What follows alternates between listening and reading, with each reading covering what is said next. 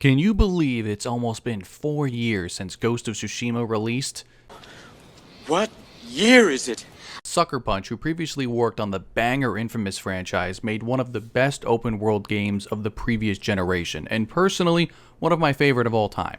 For a PS4 game, it was absolutely breathtaking and one of, if not the best looking game from the previous generation.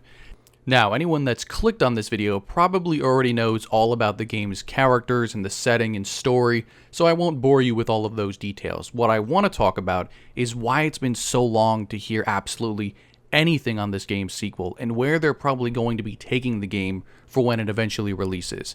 Now, while there has not been an official announcement to confirm a Ghost of Tsushima sequel, after the success of the first game, there isn't a snowball's chance in hell that Sony will stop the development of another installment. The only sort of source of information we have of a sequel being in development is way back in 2021.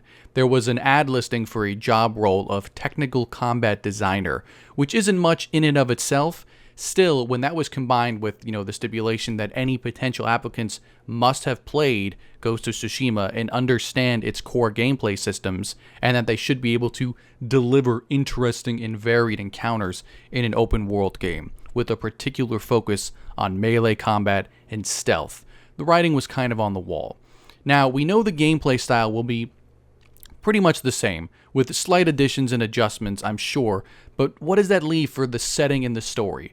Well, the first game was based off of actual historical events. In 1274, a Mongol fleet led by Khotan Khan invades the Japanese island of Tsushima. That's the backdrop for the entire game. However, the Mongolians have actually invaded Japan twice in history, and with the first invasion as the setting for the original title, it would only make sense for the second game to be set a couple of years later during the second Mongol invasion.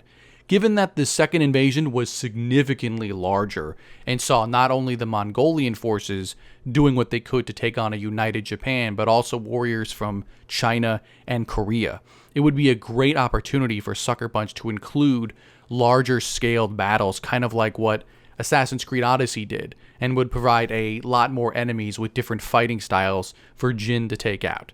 Now, Jin, at the end, was also exiled, essentially exiled after the events of the last game, with the only key difference in being if you decide to kill or spare your uncle and be hunted by the Shogun. Honestly, in terms of the way the narrative was going, sparing your uncle seems to be the canon choice going forward, as it has Jin fully throw away his samurai honor and embracing his ghost persona full time.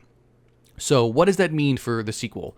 Well, for starters, there is a very high chance that Ghost of Tsushima 2 could expand past the island of Tsushima and into the Japanese mainland. A very large samurai force historically met the second Mongol invasion. Now, with most of the island of Tsushima's samurai killed in Ghost, Jin will most likely have to travel to the mainland to win over the Shogun forces and possibly appeal his order of execution for the greater interest of Japan.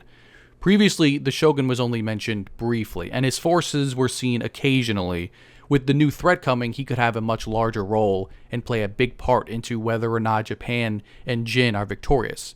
Considering Jin knows that the way samurai fight with honor is a losing tactic against the Mongols, he could train some warriors to fight with more underhanded means, like Jin did with the use of stealth and poison. You could even make it someone relatively on the young side to mirror what God of War has been doing with its soft rebooted games. In Ragnarok, we switch between Kratos and his son Atreus at certain points of the story. Who's to say that it can't happen here with Jin and someone else, possibly switching between the island of Tsushima and mainland Japan. So, now that we've discussed possible narratives the sequel could take out, but what about some gameplay improvements? Honestly, I feel like Ghost could take a play out of Assassin's Creed's playbook, specifically Brotherhood. Jin is alone in the way he fights the Mongols, and we've already established that the samurai way of fighting just doesn't work against such enemies. So I think it's time for Jin to start recruiting and training, which leads into the narrative idea I had earlier, but greatly expanded. Starting up like a ghost clan to teach a new generation of warriors, sometimes you need to toss aside your honor for the greater good and for victory. And again, I have to bring up another Assassin's Creed game, once again with Odyssey. Odyssey had these big battles you could participate in between Sparta and Athens, constantly battling and vying for control of portions of the map. In terms of geographic size, it wasn't huge, but in terms of sheer numbers of enemies and NPCs fighting, it was nothing to sneeze at. Having something similar here could break up the stealth that Jin has to do every now and then for the main missions. Now, the biggest arguing point is to whether or not have additional story decisions that could change the outcome of the story. We had one kind of significant one at the end of Tsushima, but in reality, it probably won't change much for the sequel, as Jin is exiled and wanted dead regardless of your decision. And it would be kind of hard to change anything significant unless it's character related, as the sequel will likely follow, at least closely as it can, real history again, and Sucker Punch will want to remain as faithful as possible. Some open world improvements for sure. Obviously, you want to keep the HUD minimal. Having the wind guide the player was a beautiful artistic choice, and I enjoyed the climbing segments that ended in rewards and beautiful vistas. Creating your own haikus, even following the foxes and finding the saunas gets kind of old if you do them all. I don't want them removed completely, just adjusted in a way to keep them engaging throughout the game. And don't even get me started on the amazing free, that's right, I said free multiplayer edition that Ghost got post-launch with Legends. And it had 0 microtransactions. Sucker Punch are just amazing for this. That 100% has to come back in some capacity.